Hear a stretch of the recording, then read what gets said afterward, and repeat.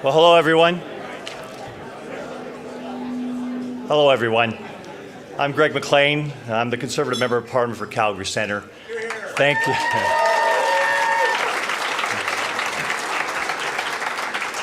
Well, thank you very much for that, and thank you for joining us here today for this important announcement. I have the honour, the great honour, of introducing the Honourable Pierre Poilievre, Member of Parliament for Battle River Crowfoot, Leader of His Majesty's Loyal Opposition in the House of Commons, and Leader of the Conservative Party of Canada, as he officially kicks off his campaign for a stronger Alberta within a united Canada.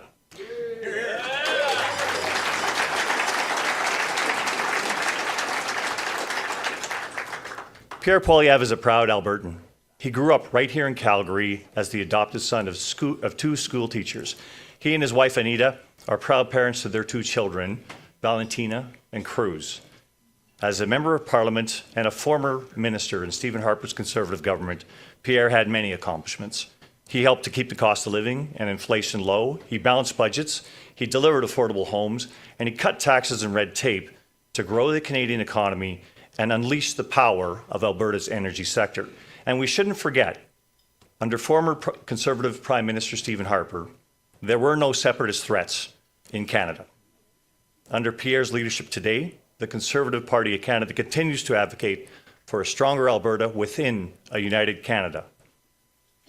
Pierre and I were at the Lilac Festival yesterday doing just that, listening to the views of Calgarians, and the topic of the referendum Albertans will have in October was raised many times. I know under Pierre's leadership, we will keep fighting for a united Canada. My Conservative colleagues and I stand together, proud to continue to do what we were elected to Parliament to do, address the issues holding our country back, and build a stronger Canada for all Canadians, now and into the future. Ladies and gentlemen, as a proud Canadian and a proud Albertan, it is my honour to introduce Canada's next Prime Minister, the Honourable Pierre Poilievre.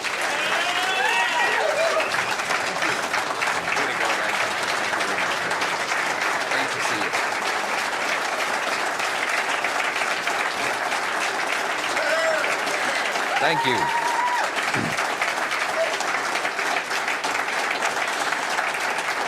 Merci beaucoup. Thank you very much. It is great to be home to launch our campaign for a stronger Alberta within a united Canada. And speaking of home, 104 years ago, this building was home to our veterans, a clubhouse for the Great War Veterans Association, a place for Calgary's heroes to gather, tell stories, support each other, and mourn the brothers who did not return. The ghosts of Canadian heroes walk these halls. Among them, young men who left rural Alberta to fight for Canada in faraway lands. Farm boys who put down their spades and picked up their rifles. Their mothers kissed them goodbye at train stations in small Alberta towns like Innisfail, Hanna, Olds, High Prairie, and watched through teary eyes as the locomotive pulled away across the expansive prairie horizon, many of them never to return. Those that did return from the battlefield to the farm field would then survive the Dust Bowl, see their children fight another world war, pay off the country's entire war debt, and hand to the next generation the richest and freest nation on earth. Century farm plaques at the end of rural Alberta laneways still stand as monuments to the legacies they left their great-great-grandchildren who still plow the same soil. Those farms and this country are here today because no matter the hardship, they never gave up on Canada, and neither should we. They fought for Canada, and now we must fight for Canada.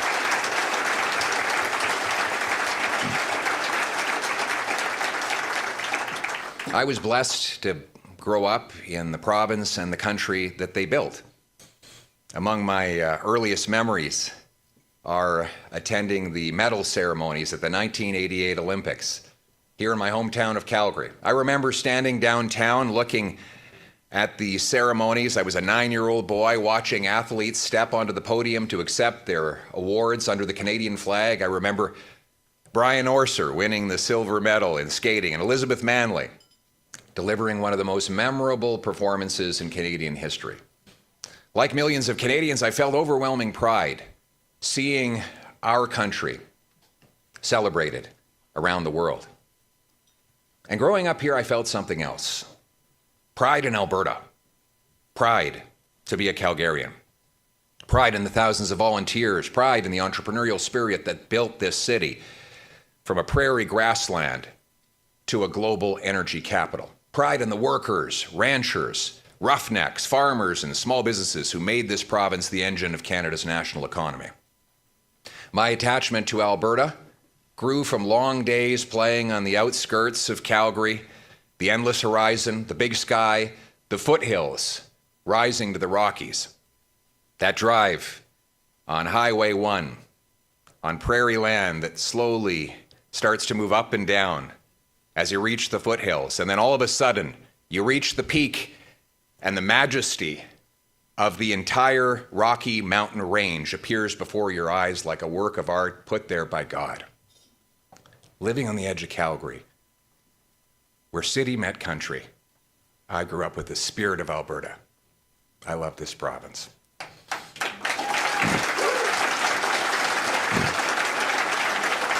What I love about it, it's independent, hardworking, generous, unpretentious, resilient. The Calgary Stampede captured that energy.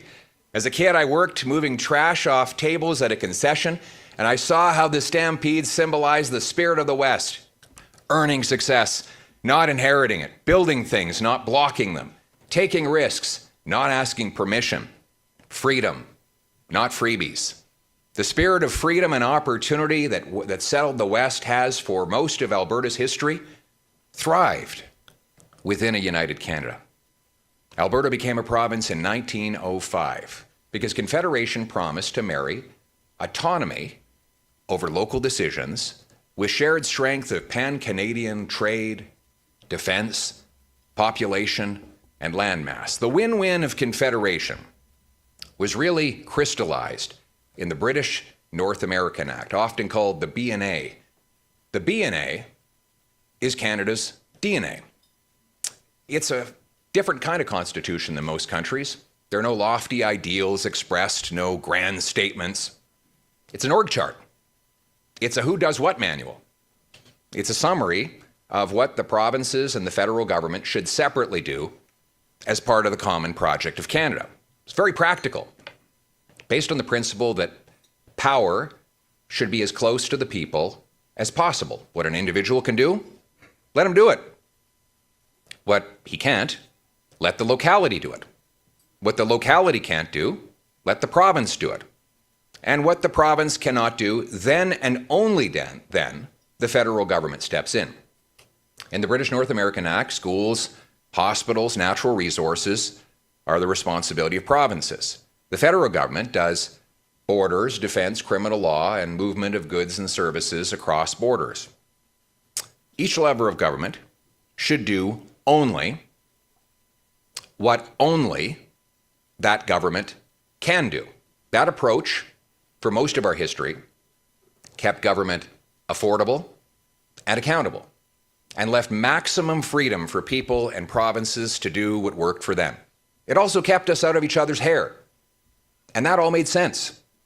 You don't need a federal government to put up a stop sign, approve a mine, build a road or a hospital that is only inside one province. You do need it to clear the way for a railway or a pipeline that crosses many provinces, or to buy fighter jets that can protect all 10 provinces and 3 territories.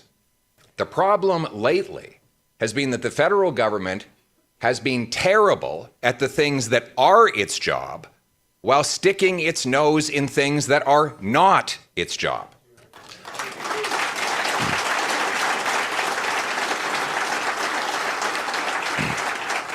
For example, on defense, borders, immigration, criminal law, interprovincial pipelines, just to name a few, the federal government has failed brutally. And by the way, they admit this now.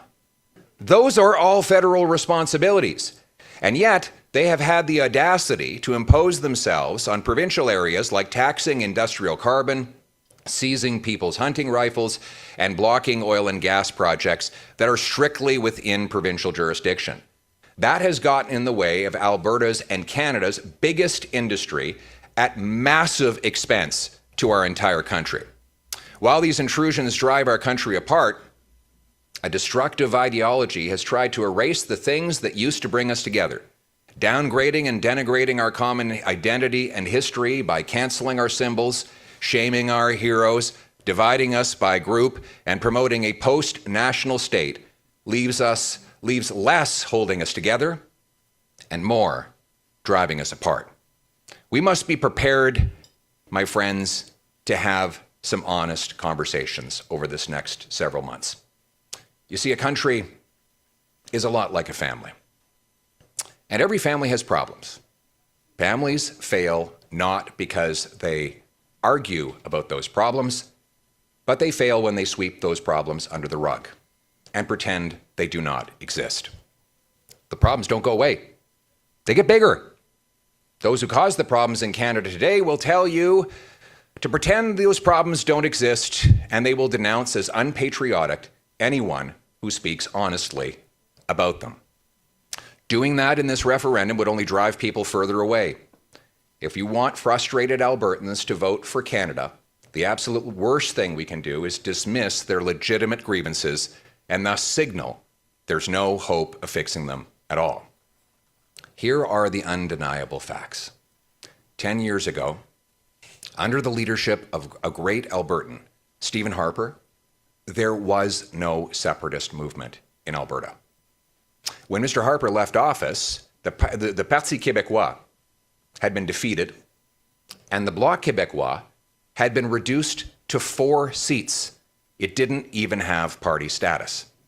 We thought referendums on separation were a thing of the past. Today, 10 years later, hundreds of thousands of Albertans have signed a petition to leave, and polls put the separatist Parti Québécois in first place in Quebec, running on an explicit platform of separation. How did we get here?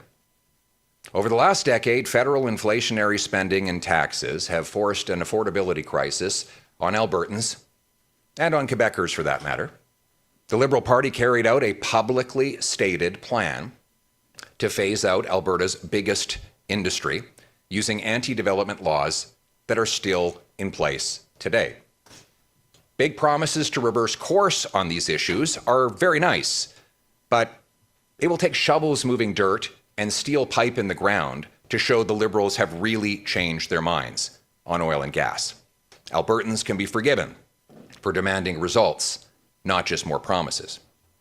I can say from meeting people in my East Central rural Alberta riding of Battle River Crowfoot that these policies did real harm in people's lives. Grown men in tears after they lost their jobs and homes, all due to a federal attack on their industries. Young people who watched their parents buy homes in their early 20s now worry they never will be able to afford one of their own.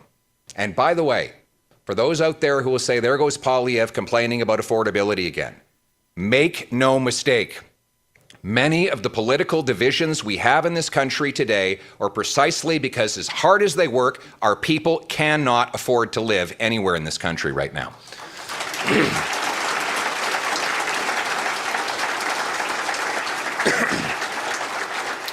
Beyond that, Liberal governments have intruded into provincial jurisdiction, seizing the lawful firearms of law-abiding Alberta farmers, First Nations, and rural people. And the federal government has become bigger and bossier than ever before. Outside of COVID, federal spending is now a bigger share of the economy than at any time since 1996, 3 decades ago. That means too much of Alberta's money goes to Ottawa and too little returns. The government is rich and the people are poor. These problems echo through history. Some of my earliest memories are of my parents losing their savings, a home and 2 little rental properties that my mother, who's here with us today, saved up. There she is. For any of those who don't know, she's the mayor of Shaughnessy.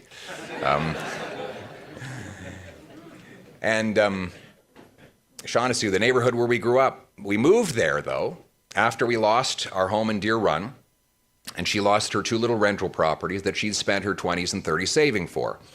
Interest rates and inflation combined with a massive Liberal recession, all driven by Pierre Elliott Trudeau, smashed all of the things that we had worked so hard to build.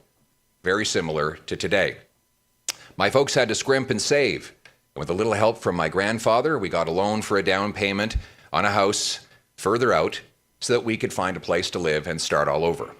Hundreds of thousands of Albertans have a very similar story. But you know what's amazing? After all of that, and after all we've been through the last decade, Albertans are not even looking for an apology or compensation. They just want these things to stop happening. They are not actually looking for Ottawa for a handout. They're looking for Ottawa to get out of their way and off their backs for the province to finally have respect within Confederation.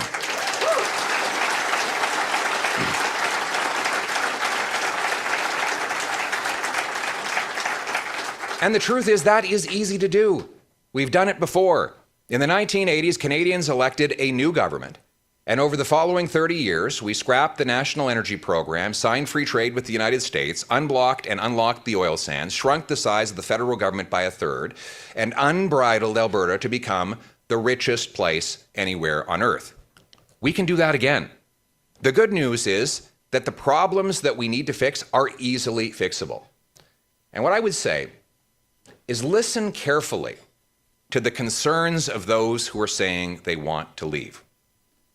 And you will find that they do not have a problem with their fellow Canadians or even with Canada itself. They have a problem with the federal government. We don't need a different country in Alberta. We need different government policies in Ottawa.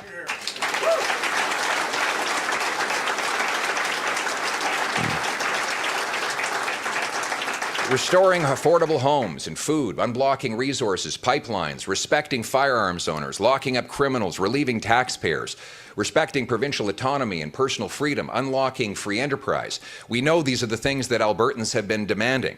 The best news of all, it's not a zero-sum game. All of these things would make the entire country better off. All Canadians want these things. The answer, therefore, for Albertans is not to pull away from our friends in other provinces, but to lock arms with them, to make Canada affordable, safe, self-reliant, and united here at home. Lock arms with all Canadians for an affordable federal government that allows an affordable life for Canadians. Lock arms with Saskatchewan and Newfoundland and Labrador to double oil production by replacing C-48 and C-69, the anti-pipeline and anti-energy laws, with fast permits and low taxes on energy and construction. Lock arms with steel workers in Hamilton and Sault Ste. Marie to eliminate the industrial carbon tax. Lock arms with Toronto communities for tougher criminal justice laws to end the wave of violence and theft that has washed over their communities and ours. Lock arms with Indigenous hunters and rural communities across the country so that we can end the gun grab and farmers, hunters, and sport shooters can keep their lawful property. Lock arms with Quebec to restore constitutional autonomy of the provinces so Albertans can make decisions for themselves on things like immigration. Both Quebecers and Albertans, and probably many others, agree that provincial governments that pay for the social services and housing of newcomers must have more control over who comes in and how many enter the country.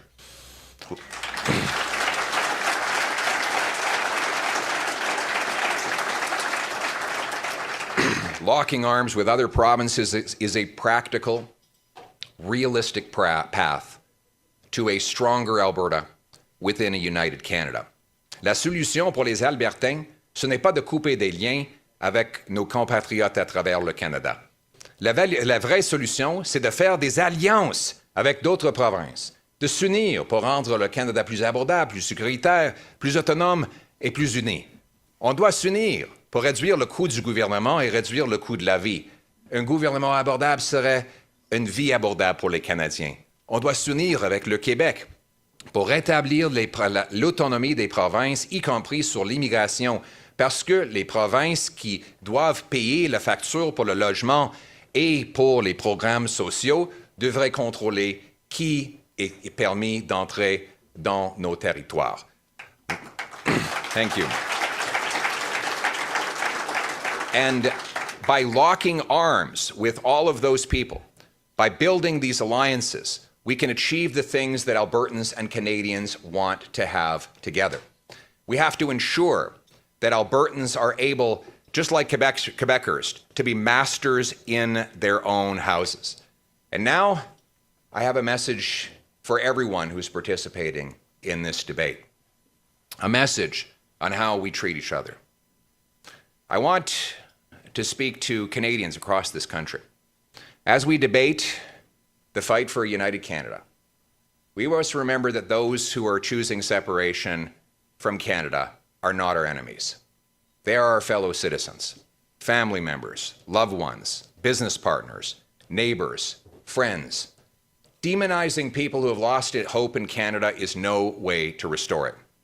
Name-calling, fear-mongering, and ostracizing will only worsen and broaden the divide.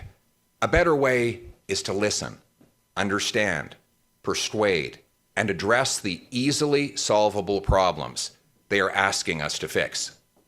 Nor will threats work. We should not just tell Albertans how bad it would be to have separation. Let's instead talk about how great it can be if our country is truly united and respectful of Alberta. Just as I speak to Bloc Québécois members of Parliament every day on Parliament Hill, I will be speaking to Albertans on both sides of this referendum to hear their thoughts and to make the respectful case for Canada.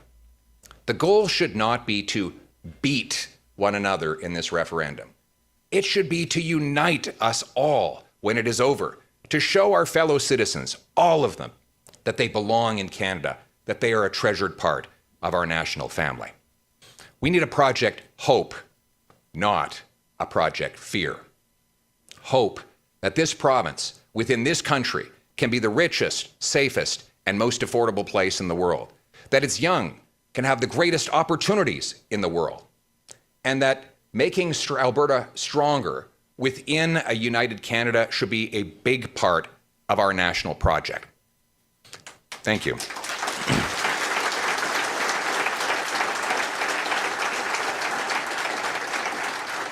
And now if I could speak to Canadians from other provinces, I encourage you now more than ever to reach out to Albertans. Tell them how much you appreciate and love them.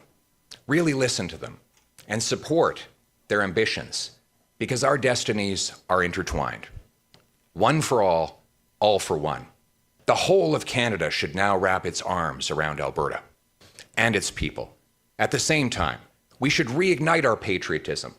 No more tearing down statues, libeling our heroes, or canceling our history. We must bind this country together with the love of our common history, our common achievements, our common heroes, and our common belief that this is the best country anywhere on earth.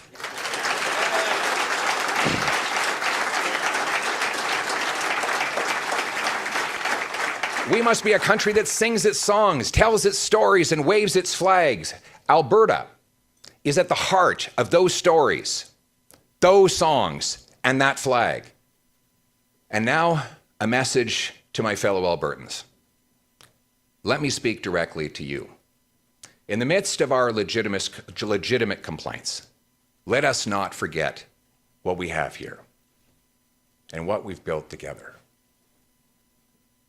You know, sometimes in life we forget what we have. We sometimes take for granted the things that have always been around. But I tell you, look around the world. Where else would you really rather live? Canada's a very special country and a very rare one. It took 800 years of evolution from the time of the Magna Carta to the present to develop our democracy. The Magna Carta being the first ever law designed to restrain the government rather than to restrain the people. Did you know that Canada is actually the fourth oldest democracy on earth. We have solid foundations. There is a reason why millions of people from around the world leave behind their ancestral homes, families, jobs, and countries to flock here. There is a reason why millions more would come if they could. And that reason is that there is no better country anywhere on planet Earth than Canada. Sure, we can and should complain about our government. But Canada is more than a government. It is a land, a flag, a common defense, laws, borders, folklore, stories of heroes and hardship, a promise passed down from those who came before, upheld by those here now, and handed to those who come next. A promise is what the country offers all of us. It's a promise of a government that is servant and not master. A promise of free people, free speech, and free markets. A promise of meritocracy, not aristocracy. A promise that anyone from anywhere can achieve anything. A promise for which the soldiers, sailors, and airmen of Canada sacrificed. A promise that is precious and rare. Making Canada was hard. Before we risk it, let us remember the Albertans who sacrificed to provide this inheritance. The people who, through hardship and heroism, never gave up on Canada. The brilliant engineers and roughnecks who extracted the miracle molecules out of muddy bitumen to power our lives. They never gave up, so we should never give up. The traders who followed the winding rivers across the unmapped prairies to build the lonely forts which would become our future cities. They never gave up, and neither should we. The pioneers whose calloused hands plucked the weeds and moved the rocks to turn raw dirt into fields of golden grains. They never gave up, and we should never give up. The mothers who fought starvation so their babies would survive the Great Depression and the Prairie Dust Bowl. They never gave up, so we should never give up. The Cree code talkers from Alberta who saved countless Canadian lives during the Second World War, relaying battle plans in their language to outsmart Nazi interceptions. They never gave up, so we should never give up. The veterans at the Wainwright Legion who told me that I should do as they have done, which is to fight for Canada and never give up. The warriors who built this Legion and haunt its halls. And the brothers that did not return, they never gave up, and neither should we. The Canada for which they died is the Canada for which we must live. Thank you very much.